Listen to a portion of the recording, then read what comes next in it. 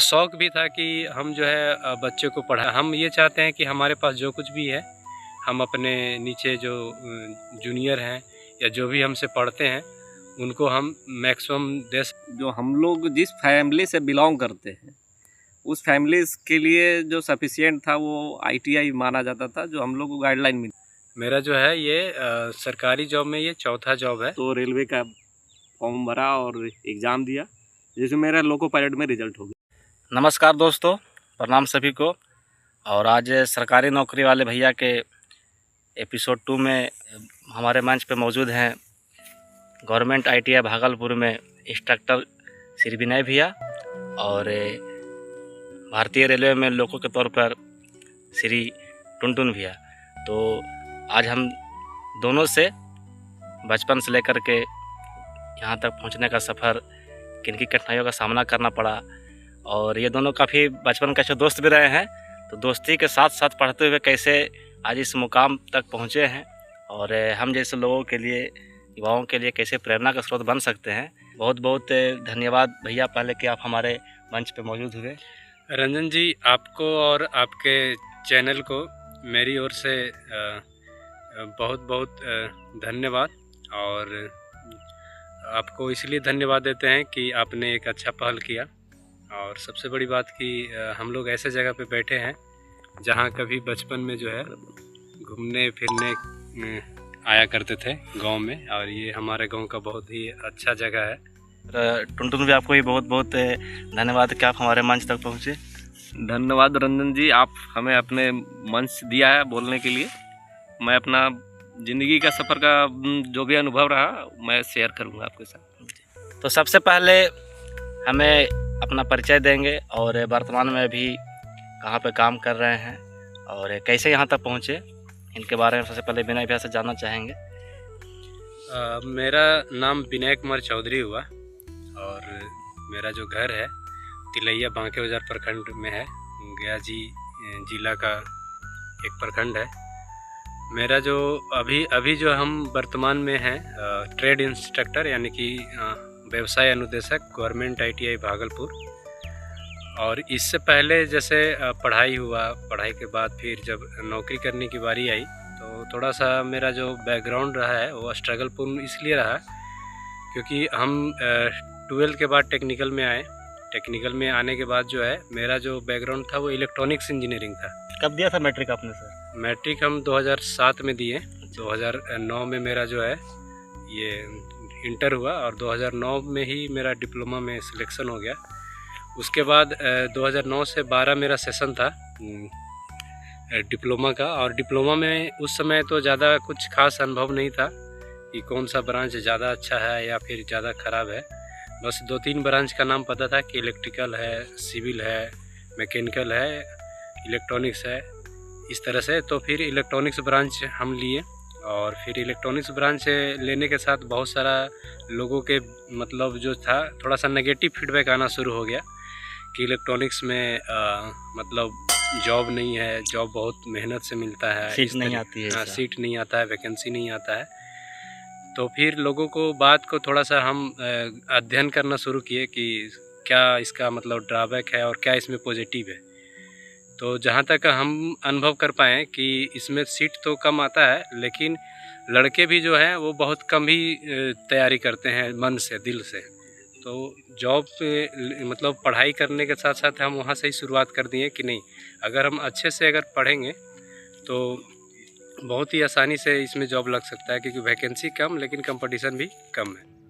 तो फिर तैयारी करना क्या हुआ कि टेक्निकल में 2-3 सेक्शन होता है। एक तो थ्योरी होता है, फिर प्रैक्टिकल होता है, ठीक है। तो हम थ्योरी के साथ साथ प्रैक्टिकल पे भी फोकस करना शुरू कर दिए और फिर बहुत सारा मतलब ऐसा हम जॉब सर्च करने लगे जहाँ पे मतलब थ्योरी से ज़्यादा जो है प्रैक्टिकल का महत्व हो। तो हमने फिर डिप्लोमा करने के बाद CITS एक कोर्स होता है, क्राफ्ट इंस्ट्रक्टर ट्रेनिंग, वो कोर्स किया 2013-14 सेशन में, 2014 में। उसके बाद फिर जो है हम अपना करियर जो है एज ए इंस्ट्रक्टर जो है शुरू किए। पहले प्राइवेट ITI में पढ़ाएँ कुछ दिनों तक। उसके बाद फिर बिहार गवर्नमेंट में एक वैकेंसी आया गेस्ट इंस्ट्रक्टर यानी अतिथि अनुदेशक के पद पे, तो वहाँ पे भी काम किए। और वहाँ पे काम करते हुए भी और भी तैयारी करते रहते थे। फिर उसके बाद जो है हम लैब असिस्टेंट NIT रायपुर में वहाँ पे मेरा सिलेक्शन हुआ परमानेंट जॉब पे। कब हुआ? ये हुआ था 2017 में। मतलब 2016 से मेरा शुरुआत हुआ गेस्ट इंस्ट्रक्टर का। उससे पहले मेरा था प्राइवेट जॉब कर रहे थे, मतलब ITI में ही थे। मतलब हम पढ़ाई से जुड़े रहे, वही हमारे लिए थोड़ा सा पॉजिटिव हुआ, टेक्निकल क्षेत्र से जुड़े रहे। उसके बाद 2017 से लेकर के 2022 जनवरी तक जो है हम NIT रायपुर में लैब असिस्टेंट रहे। उसके बाद इंडियन कोस्ट गार्ड भारतीय तटरक्षक बल में जो है मेरा सिलेक्शन जो है चार्जमैन पद पे हुआ 2022 जनवरी में। तो जनवरी से चार्जमैन के पद पे वहाँ पे कार्यरत थे। हमारा जो पदस्थापित हम जो हुए थे फर्स्ट टाइम कोस्ट गार्ड में, वो अंडमान निकोबार द्वीप समूह के दिगलीपुर एक जगह है, वहाँ पे हम अपना सेवा दे रहे थे। उसके बाद बिहार में वैकेंसी आया परमानेंट जॉब का ITI में, जो अभी हम वर्तमान में हैं ट्रेड इंस्ट्रक्टर का। फिर उसका फॉर्म भरे और मेरा शौक़ भी था कि हम जो है बच्चों को पढ़ाएं, क्योंकि इसके बीच में भी हम बच्चों से लगाव रखते थे और बहुत सारे मतलब लोग से हम टच में रहे। जितना हमसे संभव हुआ हम लोगों को मदद किए और कुछ लोग जो हैं सफल भी हुए हैं। तो ये सब इसलिए रहा क्योंकि हमारा क्षेत्र जो है वो टीचिंग का क्षेत्र रहा और टीचिंग में ही थोड़ा सा हमारा एक्सपीरियंस अच्छा है और अभी भी हम टीचिंग में ही हैं। तो हम ये चाहते हैं कि हमारे पास जो कुछ भी है हम अपने नीचे जो जूनियर हैं या जो भी हमसे पढ़ते हैं उनको हम मैक्सिमम दे सकें और उनको जो है ये जो डर है इलेक्ट्रॉनिक्स का उसको उनको अंदर से निकाल करके हम उनको एक अच्छा मतलब भविष्य तैयार कर सकते हैं। मेरा जो है ये सरकारी जॉब में ये चौथा जॉब है और इससे पहले जो भी जॉब था मतलब जैसे लेवल 3, लेवल 4, फिर उसके बाद 2 जो जॉब हुआ, चार्जमैन भी लेवल 6 का था, ये भी लेवल 6 का है। तो हम इसलिए आए यहाँ पे क्योंकि जब हम चार्जमैन का जॉब कर रहे थे मतलब करते थे तो उस समय भी काफ़ी लोगों का मतलब बीच बीच में फ़ोन आता था कि विनय भैया मेरा ये जॉब हो गया, स्किल टेस्ट निकालना है, या फिर मतलब पढ़ाई से रिलेटेड हमेशा क्वेरी आते रहता था। तो हम जो है जितना सुविधा होता था वहाँ पे नेट का सुविधा थोड़ा सा असुविधा होता है, नेट वहाँ पे ज़्यादा चलता नहीं है, कभी कभी नेटवर्क चला जाता है। तो फिर हमको ऐसा लगा कि अगर हम इस क्षेत्र में टीचिंग के क्षेत्र में ही रहेंगे तो हम ज़्यादा जो है अच्छा कर सकते हैं लोगों के लिए, खास करके युवा जो टेक्निकल क्षेत्र में आना चाहते हैं या फिर जो हैं, और उससे भी ज़्यादा मतलब जो टेक्निकल क्षेत्र में भी हैं और इलेक्ट्रॉनिक्स बैकग्राउंड से हैं, इलेक्ट्रिकल बैकग्राउंड से हैं, तो हम उनको ज़्यादा सपोर्ट कर सकते हैं। इसीलिए जो है हम इंस्ट्रक्टर में आए हैं। जानेंगे हमारे टुनटुन भैया से कि कैसे इन्होंने अपनी सेवा जो है सरकारी सेवाओं में देने का योगदान या प्रेरणा कहाँ से मिला, और अपने बारे में कुछ बताएंगे पहले। जी, मैं 2007 में मैट्रिक दिया और 7 में मैट्रिक देने के बाद जब हमारे क्षेत्र में ITI का पहले क्रेज़ थोड़ा बड़ा था, क्योंकि वैकेंसियाँ जो हम लोग जिस फैमिली से बिलोंग करते हैं उस फैमिली के लिए जो सफिशिएंट था वो ITI माना जाता था, जो हम लोग को गाइडलाइन मिलता था लोकल स्तर पे। तो हमने ITI के लिए फॉर्म फिलअप किए थे जो कलकत्ता में था, एडवांस ट्रेनिंग इंस्टीट्यूट, वहाँ मार्क बेसिस होता था। तो हमने फॉर्म अप्लाई किया था, फर्स्ट राउंड में तो नहीं हुआ, लेकिन सेकेंड राउंड में सेकेंड काउंसलिंग में हमारा एडमिशन वहाँ हुआ। और वो ऐसा इंस्टीट्यूट था कि जो लोगों के द्वारा पता था, गारंटी था कि मतलब जो वहाँ से पढ़ के निकला है उसकी जॉब 100% होनी थी। और अभी भी वही है कि जो भी वहाँ से पढ़ के निकला है औसतन है कि 99% मतलब जॉब में ही है लोग। मैंने वहाँ से ITI किया, 2007 से 9 तक वहाँ किया। फिर उसके बाद मैंने तैयारी की गया में रहकर, और मैंने भी 3-4 जॉब में अप्लाई किया था। तो पहले ऑर्डिनेंस में थे सिकंदराबाद, और डॉकयार्ड में भी थे। तो डॉकयार्ड छोड़कर जब मैंने आया था तो रेलवे का फॉर्म भरा और एग्ज़ाम दिया, जिसमें मेरा लोको पायलट में रिजल्ट हो गया था। भैया से फिर बातचीत करेंगे कि भैया इस बारे में बताएंगे कि तिलैया में पहले पढ़ाई को लेकर के बहुत ही स्थिति बहुत दुर्गम थी, और फिर कुछ लोगों के पहल द्वारा यहाँ पे सरस्वती संघ की स्थापना की गई और लोग उनसे जुड़े और धीरे धीरे पढ़ाई के क्षेत्र में आगे बढ़ते गए। और तो बताइए कि सर कैसे आप अपने लाइफ में या जो आज यहाँ तक पहुँचे हैं तो किनका योगदान रहा है? देखिए, सबसे पहले कि हम लोग ग्रामीण परिवेश से आते हैं, तो यहाँ पे जो गार्जियन हैं उनको ज़्यादा अनुभव नहीं है कि मतलब हम कहाँ पढ़ाएं या फिर कैसे क्या करवाएं। उनको बस ये रहता था कि बच्चा पढ़े, कहीं पढ़े, चाहे सरकारी स्कूल में पढ़े या और कहीं भी पढ़े। तो हमने अपना बचपन का जो पढ़ाई जो है यहाँ तिलैया के मध्य विद्यालय से शुरू किए, पहला क्लास से लेकर के 7वीं 8वीं तक। लेकिन सबसे दिलचस्प बात ये है कि ये जो हमारा दोस्त है टुनटुन, ये इधर ही आते थे हम लोग घूमने के लिए शाम में।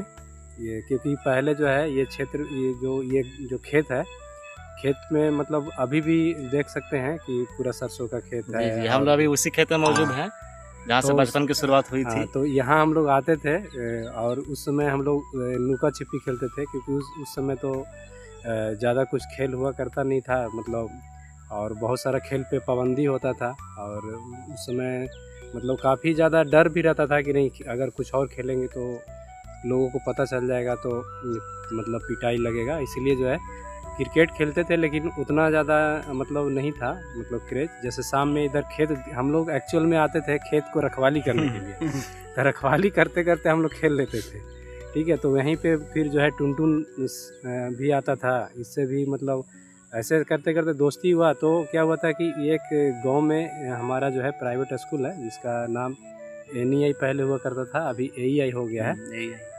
तो ये उस समय जो है 2000 शायद 4 या 5 में, 4 में ना, 4 या 5 में जब हम थे 7वीं से 8वीं में जा रहे थे, तो वो बोला गया कि इसे, उस समय इसके चाचा जी जो है ना प्रिंसिपल हुआ करते थे उस स्कूल का। तो बोले कि अरे ये जो यहाँ ना NEI में एडमिशन फ्री हो रहा है, करा लो ना। अरे चलो यार ठीक है, तुम बोल रहा है तो करा लेते हैं।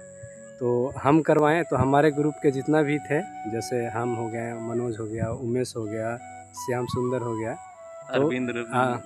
तो वहाँ से उठ करके सारा के सारा जो है हम लोग NEI में आ गए। 1 साल तक मतलब पढ़ाई वढ़ाई किए।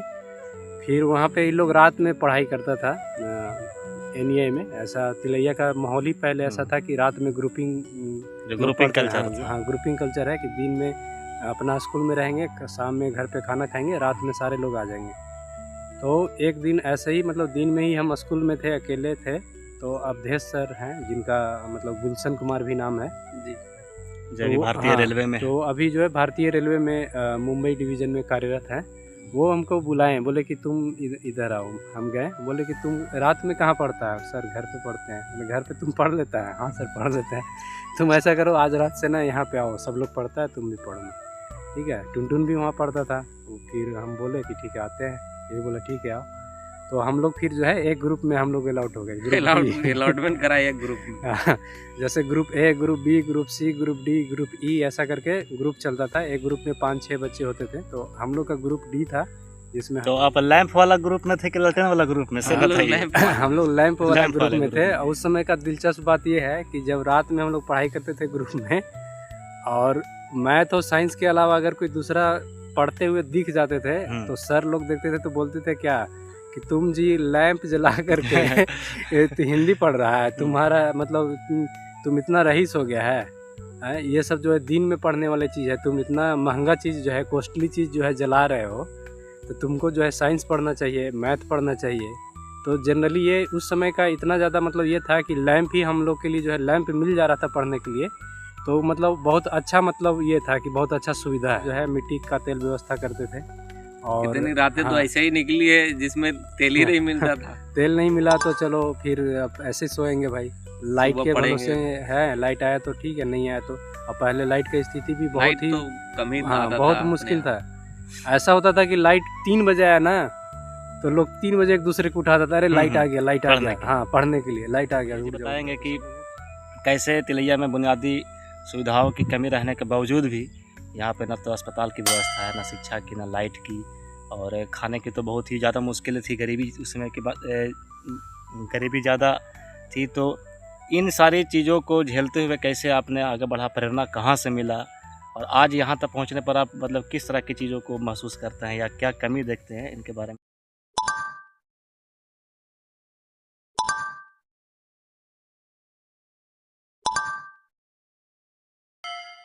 देखिए जैसे ये बोला जाता है कि ये नक्सली का क्षेत्र हुआ करता था, बहुत ही पिछड़ा क्षेत्र में अभी भी आता है, इतना मतलब आधुनिकीकरण होने के बावजूद भी। और उस समय मतलब स्कोप तो खैर बहुत ज़्यादा था, लेकिन हमारे जो क्षेत्र का जो कल्चर था ITI डिप्लोमा।